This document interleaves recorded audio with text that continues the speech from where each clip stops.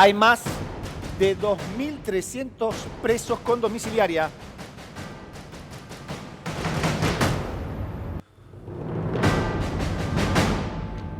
Bien, vamos a hablar con la jueza Julia Márquez, jueza de Quilmes.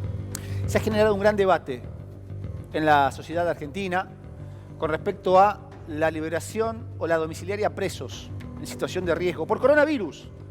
Pero se ha generado un debate enorme. Por un lado está la sociedad. Por otro lado está la familia de las víctimas de diferentes hechos delictivos en la Argentina. Por otro lado está la mirada política. En otro frente está la mirada judicial, en donde hay diferentes opiniones. Por ejemplo, Casación dice una cosa y hay jueces que la declaran inconstitucional. Y en el medio están los presos. Algunos pelean por salir, otros están aguardando la resolución de la justicia. Doctora, ¿cómo le va? Buen día, Daniel Gretzel y todo el equipo de Segunda Edición la saludan. Un placer tenerla, doctora Márquez. ¿Qué tal? Buenos días. Gracias a ustedes por llamar y saludos a la audiencia. Bien. Bueno, a ver, ¿qué análisis hacemos? O por lo menos, ¿qué análisis hace usted desde lo judicial con respecto a esto de la domiciliaria para presos en factor de riesgo? En realidad entiendo que esta es una decisión que debe tomar el juez natural, el juez de la causa. Sí. No pueden los tribunales superiores inmiscuirse en cuestiones que hacen y que están establecidas procedimentalmente, Sí. cómo debe dictarse semejantes medidas, ¿no? Porque el juez de la causa conoce los hechos, conoce a las personas que están involucradas y hay decisiones de esta naturaleza por la trascendencia que tienen que requieren del estudio y la profundidad que se le puede dar en la instancia de origen. Lo que usted me quiere decir entonces es que el fallo de casación sería inconstitucional.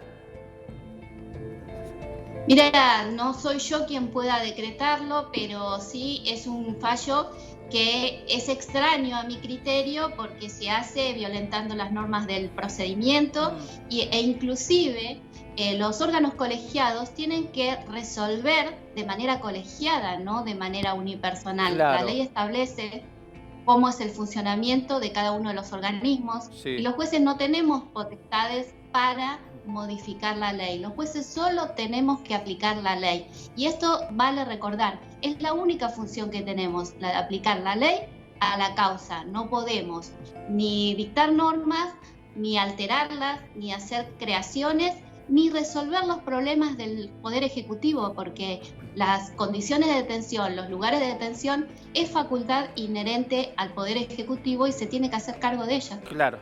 Bueno, en base a este tema, y ya la sumo a Silvina Sop, lógicamente, a Ana Belia Cerezo, a Leo Arias, equipo periodístico de Segunda Edición. Ayer hablaba con familiares de víctimas de hechos delictivos.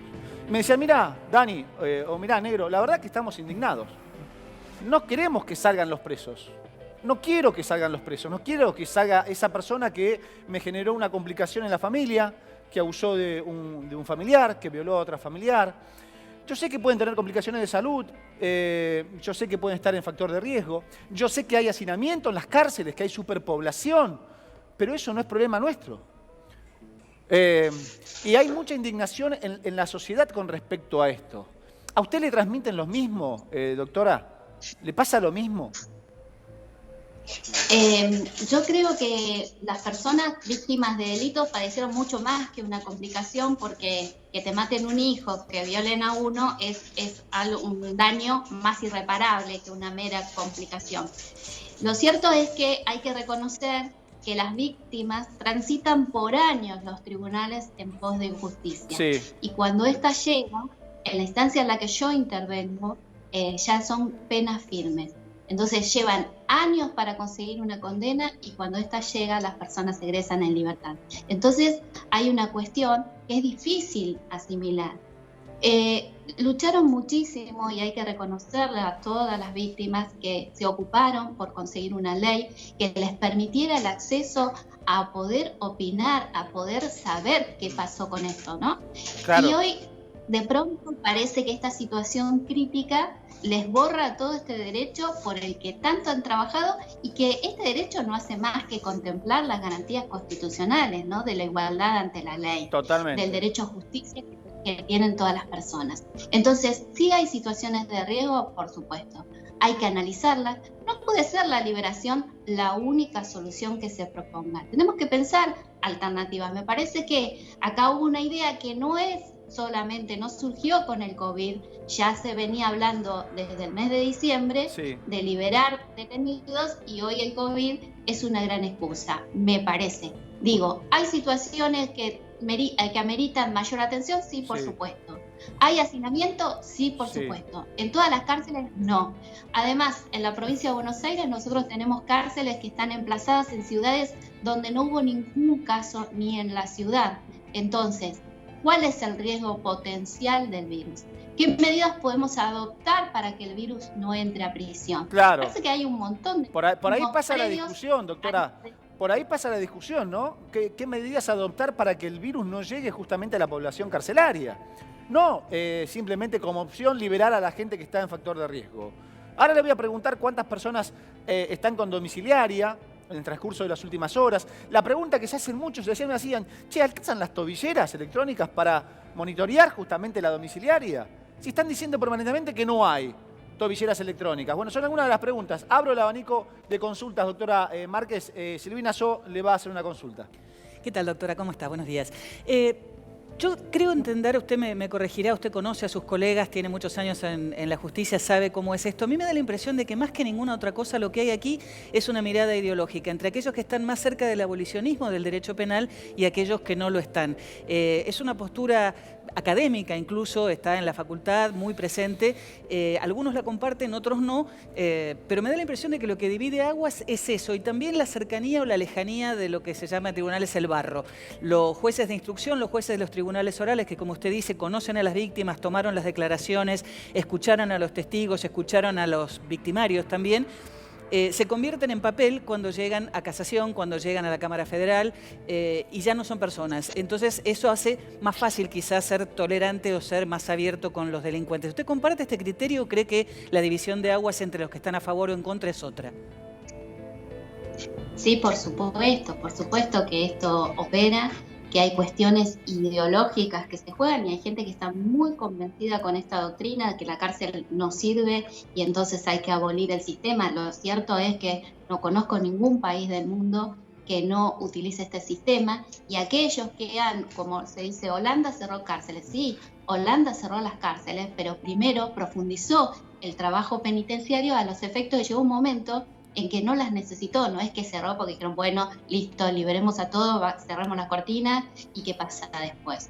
Porque esto es una realidad, nosotros hoy liberamos a todas las personas que quieran, ponele, y esto lo pongo entre comillas, y qué pasa la semana que viene, qué problemas resolvimos, resolvimos alguno o generamos cientos de problemas más.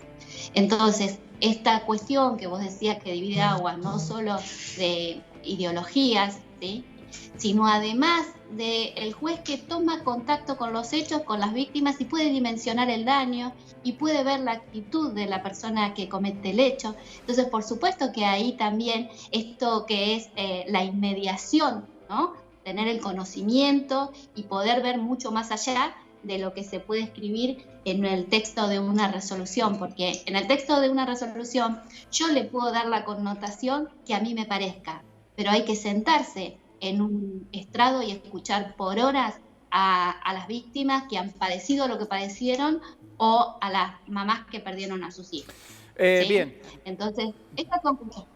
Sí, perdón que la interrumpa, doctora. Anabelia Cerezo le quiero hacer también una pregunta. ¿Qué solución se puede llevar adelante? Porque hay una división, entiendo, muy importante. Desde Casación están diciendo hay al menos un 10% de superpoblación en la mayoría de las unidades penitenciarias argentinas. ¿Hay alguna posibilidad? No hay tobilleras. Pero también existe, me imagino yo, la preocupación de que algunas de las personas que estén en el interior de las unidades penitenciarias puedan fallecer luego de que se confirme que podrían tener coronavirus. Entonces, en el medio de todo esto y de toda esta información que se está manejando, ¿cuál es la solución? Mira, ¿Hay superpoblación? Sí. En todos los sectores de la cárcel, no, porque generalmente los pabellones que más internos alojan son aquellos en los que tienen mejor conducta. Los pabellones de máxima seguridad están, por ejemplo, te doy, de 56 celdas, hay 82 detenidos, con lo cual no hay ni 2 por celda, eso no está mal. Ahora, ¿qué podemos hacer con los de mediana seguridad, que por ahí tienen 120 alojados? Bueno, en este momento, por ejemplo, no está funcionando ni la escuela ni reciben visitas. Entonces hay espacios que están contemplados, o sea, está la escuela, están los Zoom de visitas. Si vos me preguntás a mí qué haría yo, bueno, comprimo esos pabellones alojando a las personas que están allí transitoriamente en estos espacios. También, así como nosotros vimos que se adecuaron lugares para generar espacios hospitalarios y de atención, y te digo Tecnópolis, la ciudad de los niños, se han instalado hospitales de campaña. Con idéntico criterio se podía haber hecho algo similar en las unidades carcelarias, ¿sí? Establecer prioritariamente un hospital de campaña o esos hospitales móviles que, por ejemplo, van a la costa en épocas de temporada, sería una opción. Las cárceles todas tienen lugar de sanidad, pero es una realidad que no es para alojar demasiados internos. Entonces, insisto, tendríamos que pensar en lugares disponibles, y en esto pienso, por ejemplo, en los cuarteles, mismo la escuela de cadetes del servicio penitenciario, que está prevista era un lugar donde las personas que estudiaban quedaban internadas, con lo cual tiene lugares para alojar. No todos los presos requieren las medidas de seguridad extrema que tiene una cárcel de máxima seguridad, con muros. Hay muchos que están en espera de que se les habilite un lugar de alojamiento, doctora, en un régimen abierto. Sí. Le quiero consultar porque me llegan mensajes con respecto a este tema que estamos tratando ahora. Me dicen, es cierto, yo tengo la noticia, tengo el dato, pero quiero que usted me lo ratifique o rectifique. ¿Es cierto que si un preso con domiciliaria, por estar en el factor de riesgo por coronavirus, recibe este beneficio y no hay tobillera electrónica, alcanza con que un familiar directo avale la dirección que da para cumplir con la domiciliaria?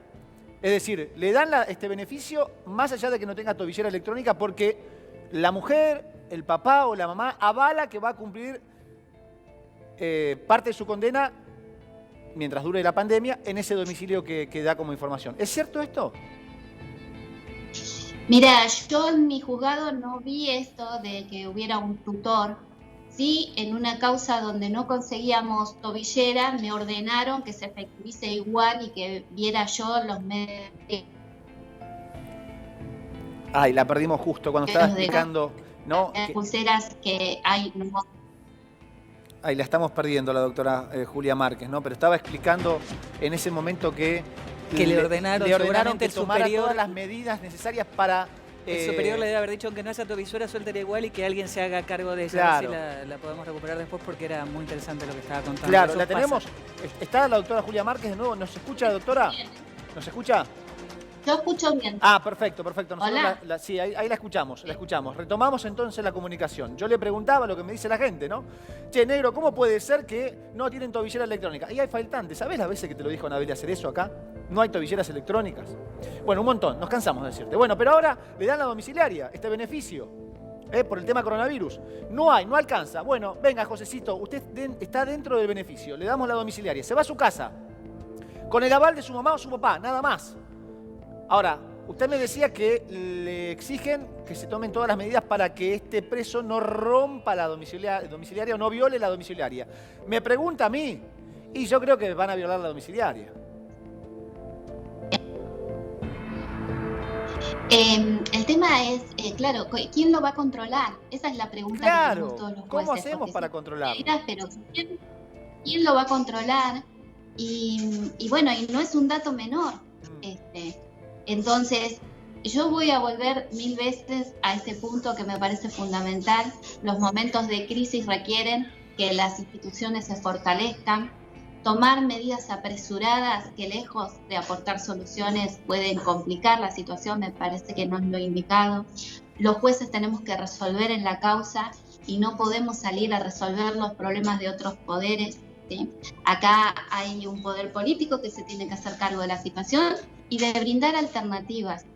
¿Qué pasa, doctora? Desde Ya la dejo a Ana Beria sí. hacer eso. ¿Qué pasa si este preso viola la domiciliaria? Más allá del aval de este familiar directo, ¿va preso el familiar que avaló la domiciliaria? No, por supuesto. Es joda. No, por supuesto, no existe. O sea, Perdóneme, la persona va presa por... perdóneme, doctora. Es una joda. Es una joda que le den la domiciliaria a un preso. Yo sé que está dentro del factor de riesgo y tiene los derechos humanos. Está perfecto, yo lo entiendo todo. El hacinamiento, la sobrepoblación, yo entiendo absolutamente todo. Pero de ahí a que le den la domiciliaria, porque el papá y la mamá van a decir, sí, mi hijo o mi esposo va a cumplir la domiciliaria. Es una joda. Es una joda. Es una falta de respeto para los familiares que perdieron un pibe, violaron a una hija o pasaron por una situación delicadísima de inseguridad que te damos a conocer, pero mirá, miles. Perdóneme, es una opinión personal, no periodística. Sí, Ana, dale. No, únicamente una comparación. Vos decías, hablamos de derechos. En los geriátricos tienen exactamente los mismos derechos y también en algunas oportunidades no se cumple el protocolo. Yo iría también por ese lado. Más allá de todo eso, doctora, yo lo que le quiero hacer es una consulta.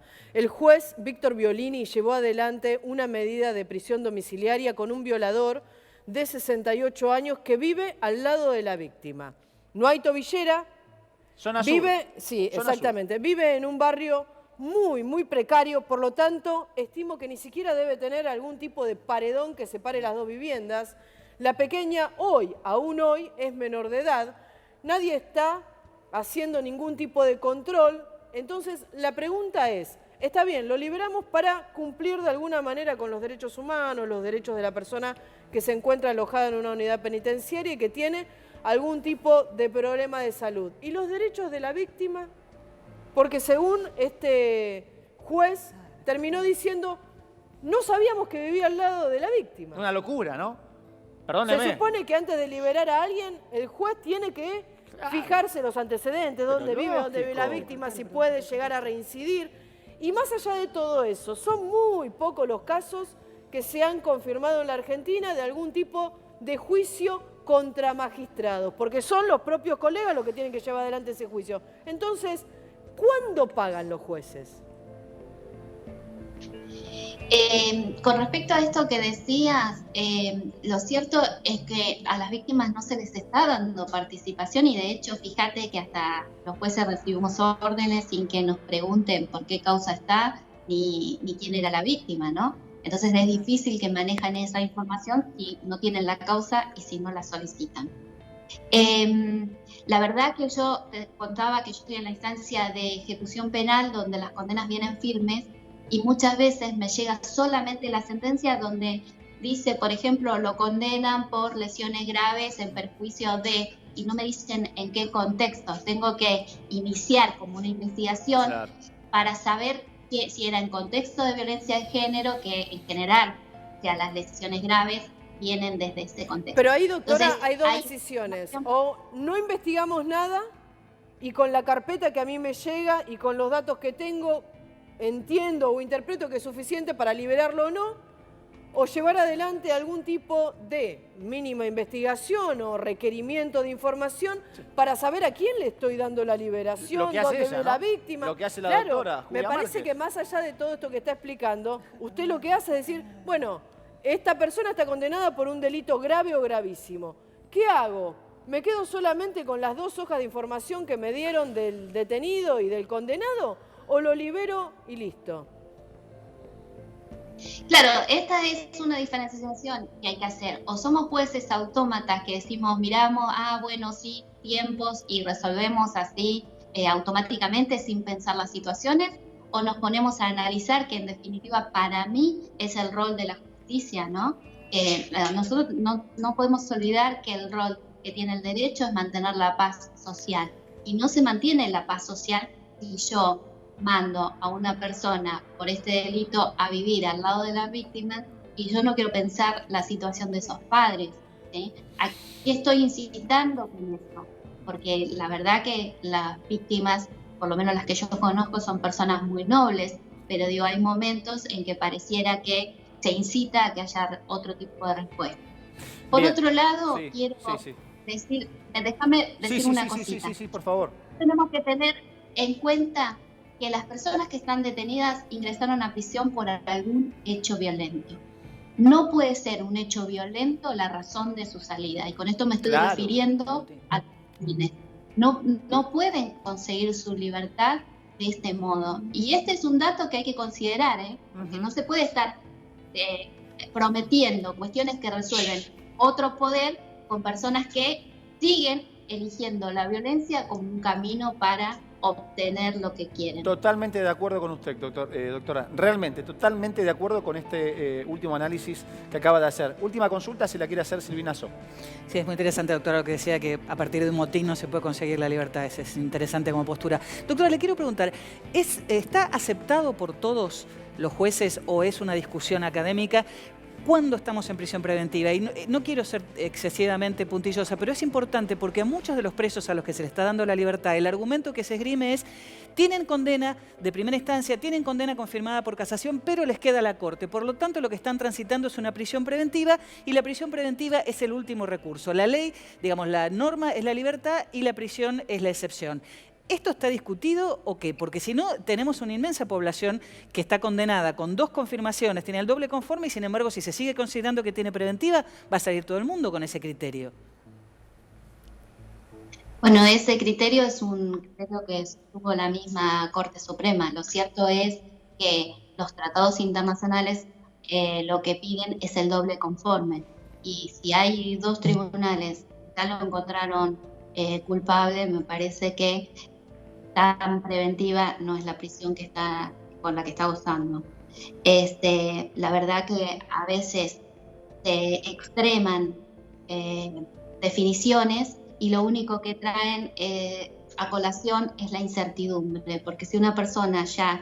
Lo cierto también, y hay que reconocer, es que las personas no pueden estar años esperando que en definitiva su condena quede... Sí, eso es un fallo, ¿no? Es un error de la justicia, lógicamente. Sí. La verdad que sí, la verdad que esta es una realidad, no se puede demorar tanto en resolver.